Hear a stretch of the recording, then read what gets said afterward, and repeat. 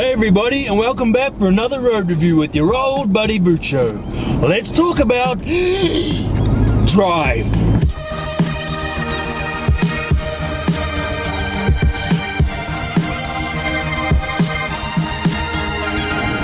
The way each of us sees each movie is very personal because we each bring our own lens to the party, and a large part of what shapes that lens is expectation. And if you go into Drive expecting a breathless wham bam thank you Jason Statham action fest, prepare for your expectations not to be met.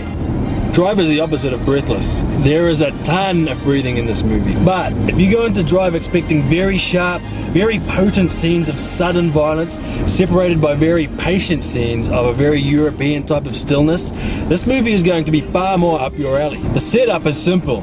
A man who drives for a part-time living, both as a getaway driver and as a stuntman for the movies, begins a potential career as a race car driver at the same time as he begins a romantic courtship with a young mother who happens to be his next door neighbor and whose husband happens to be in the clink. Then, dun dun dun, the race team turns out to be financed by the mob, and the husband comes home from the clink, and guess what? If you guess that things get complicated, great guess! Your driver is Ryan Gosling of Mickey Mouse Club fame and fortune.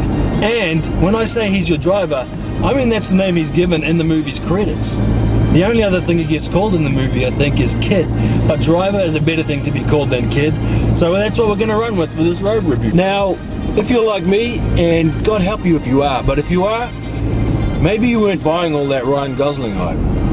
You know, all that Ryan Gosling hype? But after this movie, not only do I buy Ryan Gosling hype, I'm on the sales team. I got some Ryan Gosling hype for you right now. This movie made me a Ryan Gosling hype peddler because there wasn't one single moment where I was watching him and thinking, hey look, there's Ryan Gosling acting. All I was thinking was, hey look, there's that character being that character in that world. That means that the director's doing a great job, and that means that the actor's doing a great job, and I'm here to hype Ryan Gosling. And like I'm about to tell you about that character, while he has a simple name, he's not a simple character. He's capable of the most brutal close quarters violence, but also of being utterly, sincerely sweet to his neighbor Irene and her son Benicio.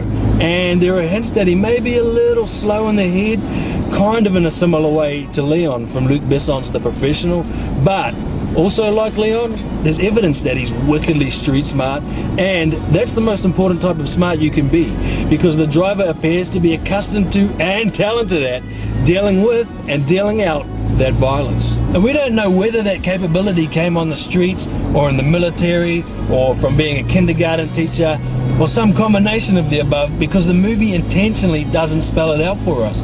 Nobody ever says, he used to be special forces, or he was the best hitman east of Vegas, or he's part boy band singer, part predator, to explain the driver's skills outside of the car. All we see is what he's capable of, and the movie assumes we're smart enough to understand what those actions mean. But we also learn, as comfortable and capable as he appears to be with violence early in the film, that he doesn't completely have a handle on it or on himself. And once he's forced to confront the fact that Irene and Benicio are also in danger, he can no longer completely maintain that calm exterior. At some point in the pivotal elevator scene, he loses that sense of coolness that he's been projecting for the rest of the movie and becomes beyond animalistic. And it's not a coincidence that it happens right in front of Irene. Here is the closest she's come to the harm that bad guys have threatened upon her, and the driver has been up close and personal with that moment, and it's torn away that coolness and made him explode. And in turn, that's made a bad guy's head explode all over the floor of the lift. Now, is that unhinged side of him the result of his childhood? Is it the result of some PTSD from some time in the service? Is it a chemical imbalance caused by the fact that he's a genetic experiment of a cross between a human being and a honey badger? We don't know, but it also doesn't matter. What matters is that he's no longer the archetypal cool, calm and collected action hero at all moments.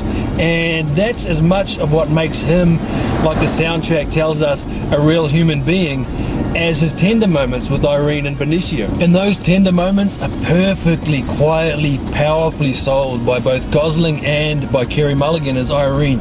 The film isn't just a love story, but that love story element is warm and real and sweet and touching.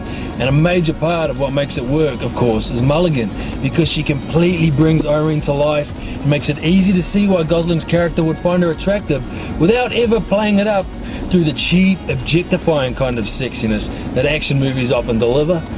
Which isn't to say that Irene isn't sexy, just that it's not to the forefront in the telling of this particular love story, which in a genre movie feels both rare and kind of brave, because I don't know if you've heard, but sex sells, and this movie refuses to sell out its female star. So instead, the movie tells us this love story with simple but perfectly, quietly electric moments, such as this achingly tender, sweet moment when Irene reaches for the driver's hand. Oh God, my heart's melting right now just thinking about it. And the screen damn near crackles audibly with the spark that's passing between them and through them and right smack bang into your heart, if you even have one. Another strength of the film is that it doesn't take the lazy, predictable route of turning Irene's husband, when he returns from prison, into an automatic villain, and instead makes him sympathetic, even though he's standing in the way of this love story we desperately want to see develop between Gosling and Mulligan. So the movie subverts our expectations by making this romantic obstruction of a character into an actual human being, who even develops an unexpected but somehow believable relationship with Gosling's character. And it's a multifaceted part played with great sensitivity by Oscar Isaac, who after this film has really become an actor I'll be keeping an eye out for. Meanwhile, on what begins as the other side of the story, you have the driver's boss, Bryan Cranston, you have Bryan Cranston's boss, Albert Brooks, and you have Albert Brooks' partner, Ron Perlman, aka Hellboy. If you've seen Albert Brooks before, you're probably laughing at him in one of his many comedic roles, but he's no laughing matter here. Oh boy! Not unless you laugh at getting sliced open by razors or repeatedly stabbed in the neck, in which case, what the hell is wrong with you? He actually reminded me a lot of Gene Hackman, who's played a few of these kind of wary, almost regretful bad guys who don't commit heinous acts because they want to, but because they have to. And it's that wariness which makes him all the more scary, because unlike your typical mustache-twirling action movie villain, he seems like an actual human being. And the fact he's a human being who's capable of this violence makes him all the more terrifying. Kind of like the driver himself. In contrast, Ron Perlman as Nino at first comes across as maybe a little too much of a cliched version of a mobster, until the movie reveals that the cliche is kind of intentional, that Nino is a real deal criminal, but kind of just acting like a big man, like he's playing the part of what he thinks a mobster should be as much as he really is one. He wants to be accepted by the real mob, so he's acting as much as he can like he thinks real mobsters are supposed to act, which leaves Bryan Cranston as the most broad performance in a film which is built mostly from subtle performances. And I'm a fan of Cranston, not a cool one who loves him because of Breaking Bad, but an even cooler one who loves him because of Malcolm in the Middle. But his portrayal of Nervous Bernie was a little too nervy and affected to sell me that character, and he wasn't helped by being made to serve as the movie's Basil exposition at times. But Cranston did win a ton of awards for his work in this movie, so I have a feeling I'm in the minority on this one. And when it comes to someone like him winning things, I'm happy to be in that minority, because he seems like a really swell guy. The other performance worth mentioning is Christina Hendricks, who, to my shame, I barely even recognized as a gangster's mole who crosses paths with Gosling's character.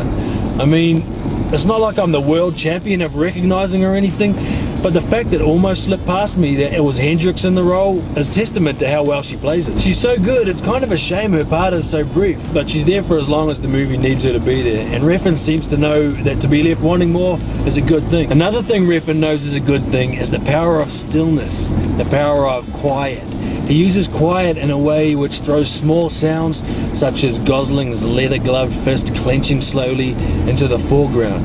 He uses stillness the same way. When an entire movie is movement, then each individual movement is merely a small part of the whole movement. But in a movie which is composed with a ton of stillness, when movements do happen, they have so much more impact. And speaking of impact, if you love yourself some sweet cinematography, you better wear a bib to watch this movie, because the shot composition will make you drool. Every gorgeous and or disturbing frame feels like it's been considered, but without being overthought, to present the world of this movie and its story in the most effective way possible.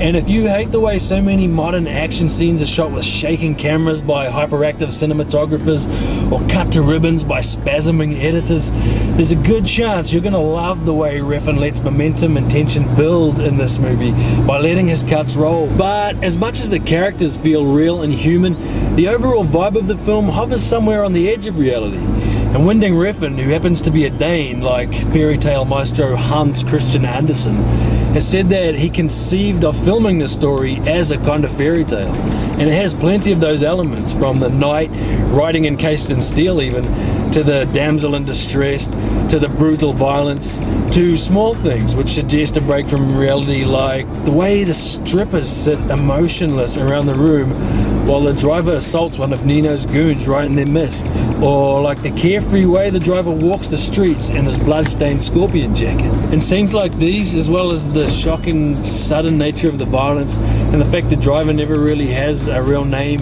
like the huntsman never really has a real name, for example, they kind of give the film this dreamlike or otherwise nightmarish quality, where you sometimes are compelled to look, sometimes you're repulsed, but that repulsion is in turn compelling. One perfect example of Refn choosing an unconventional approach to telling the story is in the diner scene, where the driver is approached in a friendly manner by a former client, but he suddenly snaps at the former client. He threatens violence against a guy who's been in jail and who probably shouldn't be effed with by any normal person.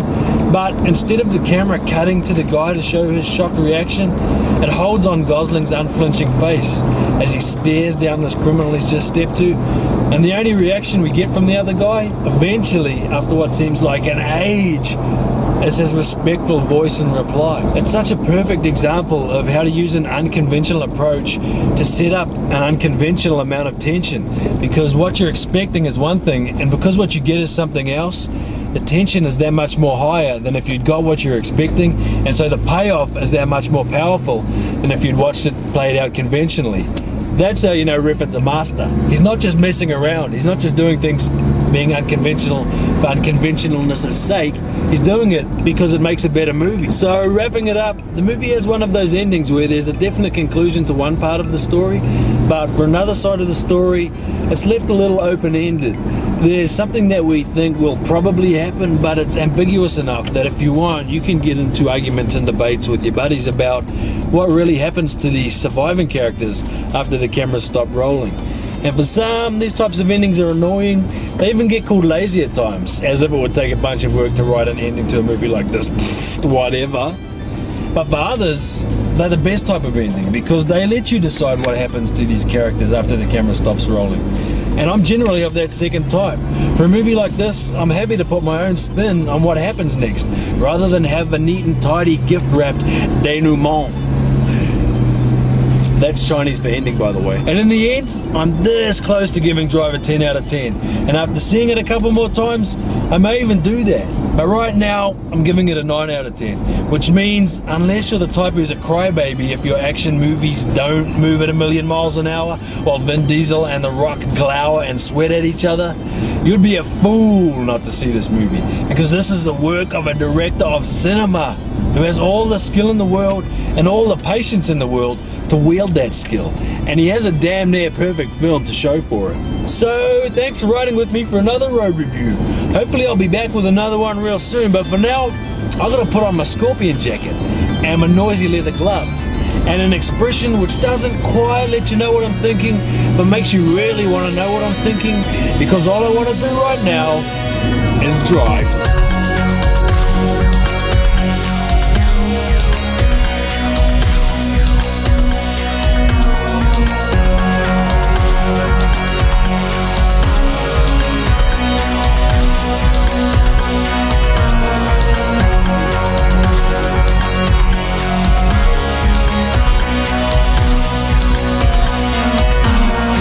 We are human